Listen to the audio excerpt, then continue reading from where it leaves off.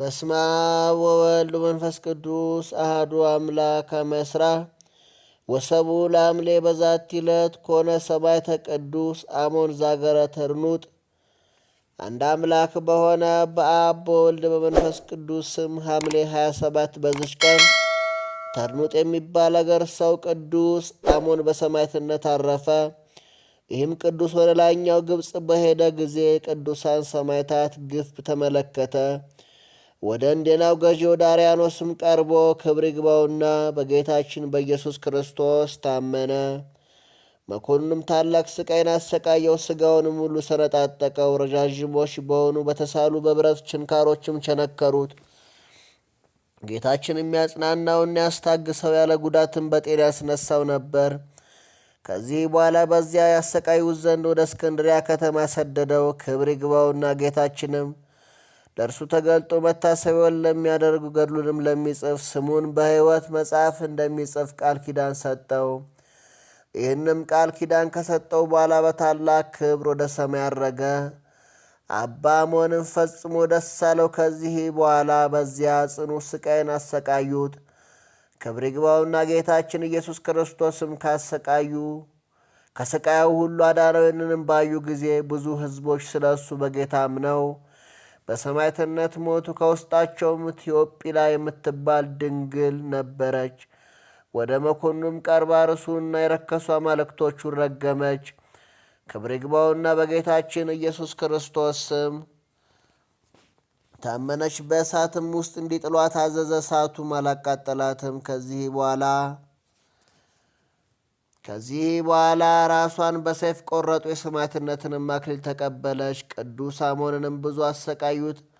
አባለ ዘሩንም ቆረጡ። ከዚህ በኋላ ራሱን በሰይፍ ይቆርጡ ዘንድ መኮንኑ አዝዞ ቆረጡት። ተጋድሎንም ፈጽሞ የሰማዕትነት አክሊልን ተቀበለ። ለእግዚአብሔር ምስጋና ይሁን፣ እኛንም በዚህ ሰማዕት ጸሎት ይማረን ለዘላለሙ አሜን። ሰላም ለአሞን አባላቲሁ ዘቆስላ በቅንዋት አጺን ዲቤው ለተተክላ እስካሰፈው አምላክ ኪዳነ መሃላ ወሰላም አሊ ለድንግል ቴዎጲላ እንተ ምስሌው በሰይፍ መኮንን አቅተላ። በዝችም ቀን የነቢዩ ሕዝቅኤል የራእዩ መታሰቢያ ነው። የወንጌላዊ ዮሐንስም በእስክንድርያ ቤተ ክርስቲያኑ የከበረችበት ነው። የአዳም ልጅም ሴት ያረፈበት ነው። ሴትም 205 ዓመት ኖረ። ሄኖስንም ወለደው። ሄኖስንም ከወለደው በኋላ 707 ዓመት ኖረ። ወንዶችንም ሴቶችንም ልጆችን ወለደ። መላ ዕድሜውም 912 ዓመት ሆነ። በሰላም አረፈ። ለእግዚአብሔር ምስጋና ይሁን፣ እኛንም በቅዱሳን አባቶቻችን ጸሎት ይማረን ለዘላለሙ አሜን።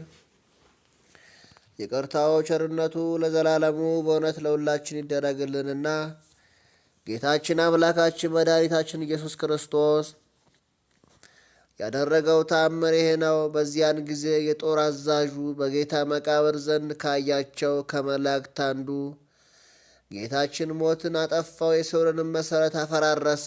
የሚያምኑበት ንዑዳን ናቸው፣ ስለ ሃይማኖታቸው ሞትን የሚታገሱ ክቡራን ናቸው እያለ ሲናገር ሰማ። ከዚያም ከጭፍሮቹ አንዱን ጠርቶ የነገሥታቱ ታሪክ የተጻፈበትን መዝገብ ያመጣ ዘንድ አዘዘው። መዝገቡንም ባመጣለት ጊዜ ያየውን ሁሉ በዚያ የነበሩ የጦር ሰራዊትን አሽከሮቹንም በዚያ የነበሩትን ሰዎች ስም ሁሉ ባዩትና ሲሰሙት ነገር ምስክር የሆኑ ዘንድ በመዝገብ ውስጥ ጻፈ። እንደዚሁም መስፍኑ ጲላጦስ በታሪክ መጽሐፍ ጻፈና በጦር አዛዡ አማካይነት የጌታ ኢየሱስ ክርስቶስን የታምራቱን ዜና ጽፎ ወደ ሮሜ ንጉሥ ላከ። የሮማውያንና የጽር ሰዎችም የጲላጦስን ምስክርነት በመጽሐፍ ውስጥ ስማቸው የተጻፈውንም ሰዎች ሁሉ ምስክርነት ተቀበሉ። እሱ ከአይሁድ ወገን የሆነ ያመኑትን ሁሉ ምስክር የሆኑ ዘንድ ከመልእክቱ መጽሐፍ ደብዳቤ ጋር አብሮ ልኳቸዋልና። ሰዎቹም ከሮማውያን ከጽር ወገን 500 ያህል ነበሩ። እነሱም በአይሁድ የተደረገውን የምስክርነት ቃልና ያችንም የመልእክት መጽሐፍ አዘጋጅተው ሮማውያን በሮማ አገር ጥበብ ቤተ መዛግብት በሚባል ቤተ መጻሕፍት አስቀመጧት። መስፍኑ ጲላጦስም የጌታችን ኢየሱስ ክርስቶስን ትንሣኤ ከሐዋርያት ከ70 አርድእት በፊት ለሮማውያን ለጽር ሰዎች አስተምሯል።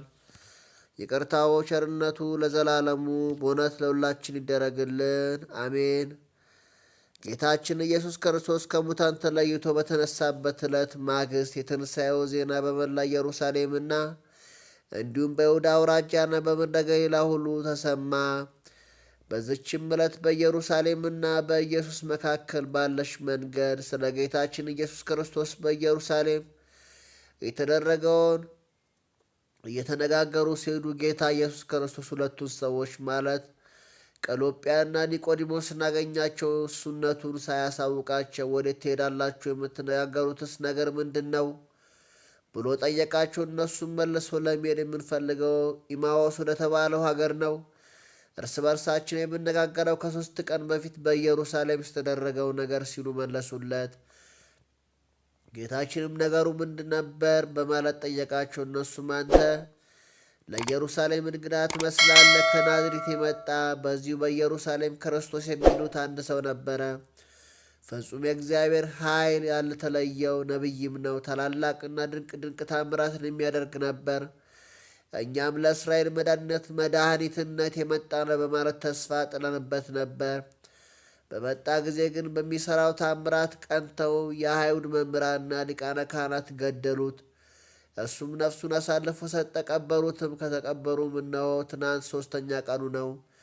እሱን ጌታችን ኢየሱስ ክርስቶስን ያገለግሉ የነበሩ ሴቶች ነገሩን ለመረዳት ሂደው ነበር። እነሱም ትናንት ወደ መቃብሩ ሄደን ነበርና በዚያ መላእክትን አገኘን። እሱም የጌታችን የኢየሱስ ክርስቶስን ትንሣኤ ያበሰሩን ብለው ለእኛ የምሥራቹን ነገሩን።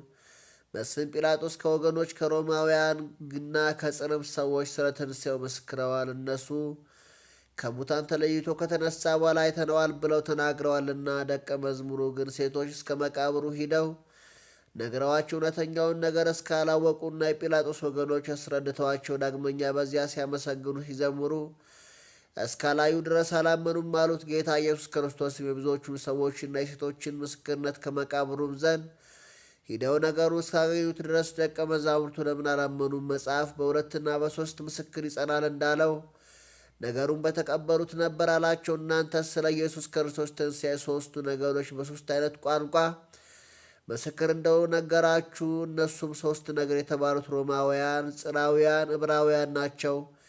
እናንተ ልባችሁ የደነደነ ማስተዋል የሌላችሁ ሃይማኖታችሁ የጎደለ ስለ ክርስቶስ ነቢያ የተናገሩትን ትንቢት አላነበባችሁምን?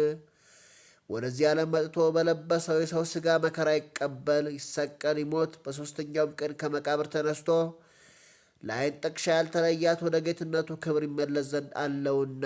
ስለ እሱም ነቢዩ ሙሴ እነሆ ሕይወታችሁን በፊታችሁ ተሰቅሎ ታዩታላችሁ፣ ዳግመኛም እነሆ ሕይወታችሁ በእንጨት ላይ ተሰቅሏል ብሎ የተናገረውን ትንቢት ስሙ፣ አስተውሉ። ዳዊትም በመብሌ ላይ ሐሞትን ጨመሩበት፣ በመጠጤም ላይ መራራ ቀላቀሉበት። ዳግመኛም ልብሴን ለየራሳቸው ተካፈሉ፣ በመጎናጸፊያም ላይ ዕጣ ተጣጣሉበት አለ። ዳግመኛም ስለ ኢየሱስ ክርስቶስ ትንሣኤ አቤቱ ተነስ፣ ጠላቶች ይበታተኑ፣ ከፊትም ይጥፉ አለ። ዳግመኛም እግዚአብሔር እኛ ሰው ከእንቅልፉ በነቃ ጊዜ ፈጥኖ እንዲነሳ ስካሩ እንደተዋው እንደ ኃይለኛ ሰው ፈጥኖ ተነሳ። በኋላው በተተከለው መስቀል ዲያብሎስን ድል ነሣው አለ።